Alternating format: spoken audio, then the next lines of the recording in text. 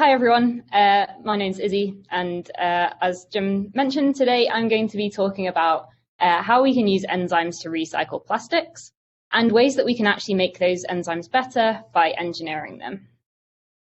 So Jim gave a really nice introduction, but to put some pictures to that, firstly, I used to live in New Mills, which is in the Peak District, and that's just outside of Manchester. It's actually where the Love Heart sweets are made. It's where the Swizzles factory is. And in the picture, you can see the factory, and actually if you go past it, you can smell all the sweets, which is quite nice. I developed an interest in biochemistry and the environment at the University of Cambridge, and this is the college that I went to, which was called St. Catherine's, and I think it's one of the prettiest Cambridge colleges. When I did my PhD with Dr. Anthony Green at the Institute of Biotechnology in Manchester, this is where I worked. And it kind of reminds me of Harry Potter with all the staircases, but it's a very nice building. I currently live in Colorado in the USA and in a city called Golden. It's very snowy here at the moment, and Golden is actually the home of Coors Beer Brewery, if that's something you're interested in. And the reason I live here is because I currently work in a US government lab, which is called the National Renewable Energy Laboratory, which is NREL for short. And it's a lab which is dedicated to projects which improve sustainability, and they help develop greener solutions for the future. Now, I'm sure lots of you have seen lots of articles in the news about all the negative impacts that plastics can have. But I want to start with a really important point about plastics that is sometimes forgotten about, and that's that plastics are actually really fantastic. So plastics have earned their place in our lives because they offer numerous benefits. They're lightweight, they're durable, very versatile, and they make everyday items more convenient and more affordable. Plastics can also help reduce food waste by extending shelf life. They're essential in lots of medical devices and equipment, and they contribute to advances in healthcare. Plastics can also play a role in reducing our carbon footprint, as they often require a lot less energy to manufacture compared to alternative materials. So all in all, plastics actually bring enormous benefits to the modern world. Some examples of useful plastics are polyethylene, which is used in packaging, and lots of medical devices. We also have plastics like PVC, which is used in building supplies, things like pipes.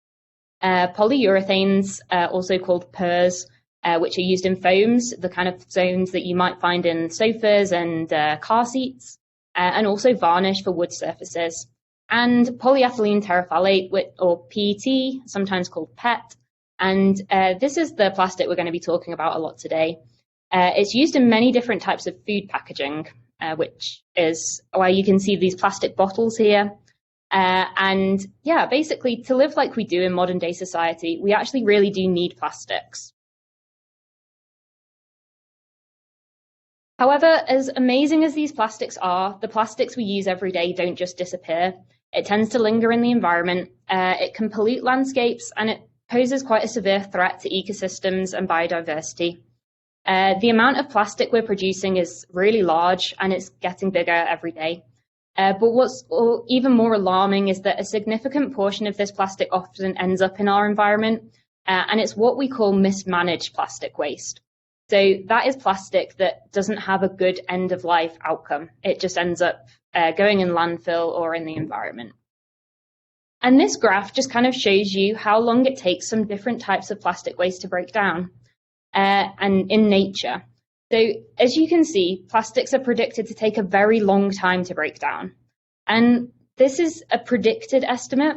Plastics have actually only been around in large quantities for about 50 to 60 years. So it could actually take much longer for the process of breakdown to occur. But what's worrying is if you think about a plastic bottle, which is the fourth bar along, you could see that it could potentially stick around for at least 450 years in our environment.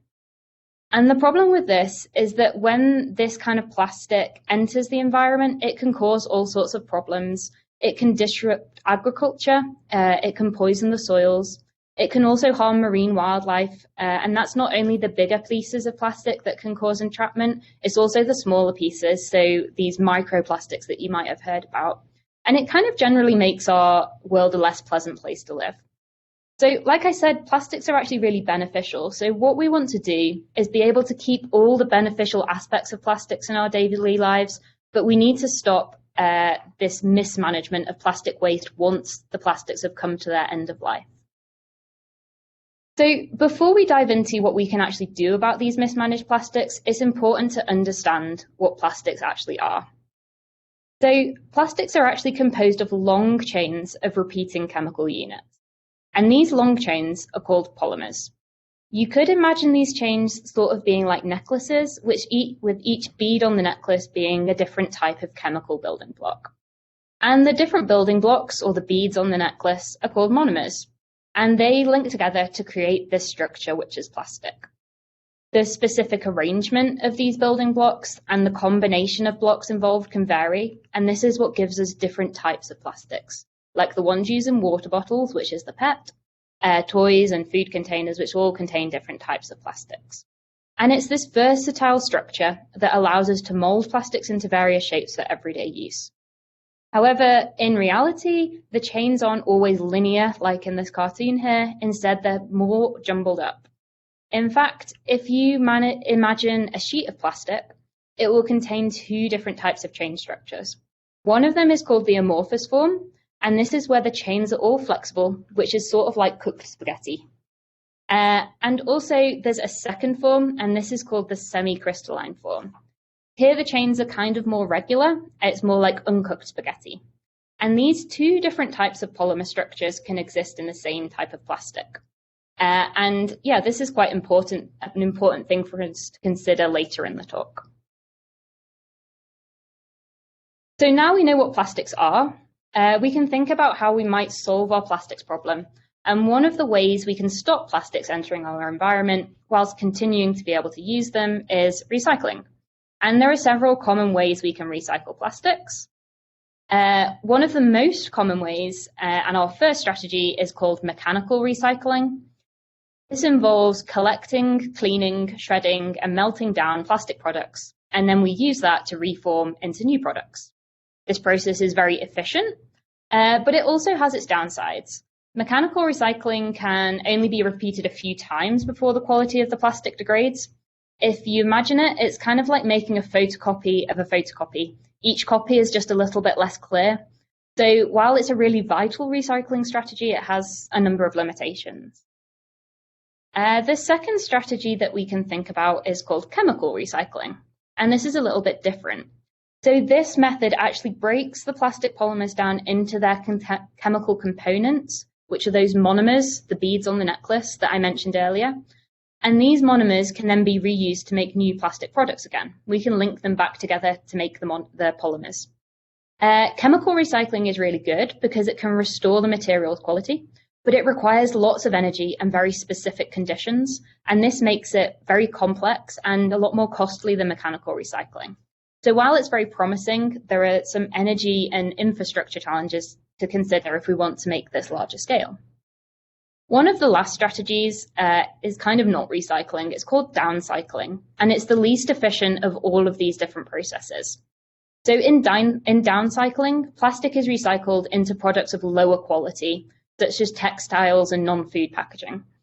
And downcycling limits the ability to use plastic for its original purpose, and it often results in a loss of material value. It's difficult to think of this in terms of plastic, but if we take the analogy of paper, once you've gone down the cycle from very high quality writing paper to photocopy paper to cardboard packaging, and then that might be recycled into toilet paper, nobody's going to want to be recycling that once it's been used at the end. So basically, in summary, whilst these PET recycling strategies are crucial for reducing waste, they all come with their downsides. Mechanical recycling faces that quality degradation. Chemical recycling involves energy and different complexities, and downcycling leads to a loss of product quality and value. And we'd therefore like some other approaches to recycling, which may not have these downsides. So we'd like to think about some other ways that we could recycle plastics. Well, maybe we can actually take inspiration from nature. So although plastics are man-made polymers, there are actually lots of different polymers in nature too. And this is just a selection of those different polymers. We have polymers such as cotton, There are lots of different polymer types in wood and other polymers in food like carbohydrates. And yeah, there's a whole range of natural polymers. And these polymers are really essential components of our environment, and they play a really vital role in the natural world. So, like I said, there's lots of different types of natural polymers in wood. And now, unlike plastic, when a tree dies, its polymers don't just stay around forever. It decomposes, and eventually it disappears. So where do these natural polymers go? How are they broken up? Well, there are lots of microorganisms and microbes around which like to use these polymers as food. And how do they actually eat these polymers? Well, first they need to cut them up into edible chunks to make it a really tasty meal. So they secrete special proteins, which are known as enzymes. And we'll discuss these in a bit more detail later. But for now, all you need to know is that these enzymes are responsible for breaking down the polymer into smaller chunks. And then these smaller chunks are what the microbes can use as food. And these enzymes are incredibly efficient at dismantling natural polymers, turning them into nutrients, and then they can use that energy. And that's like a recycling process in itself. It's nature's cycle. So here in this image, you can see the wood polymer, which is kind of drawn as these long chains, just like the plastic. And just like the plastic, it also has those amorphous regions and the crystalline regions. And what the enzymes are doing is they're going in and they're cutting up the chain into small pieces, which you can see coming off the ends in the middle of the polymer. So maybe we could actually use this idea of natural recycling to recycle plastic polymers. We could use the enzymes to break down the polymer chains into smaller chunks, those monomers, and then use those monomers to build new polymers, and they could then be used again as plastics.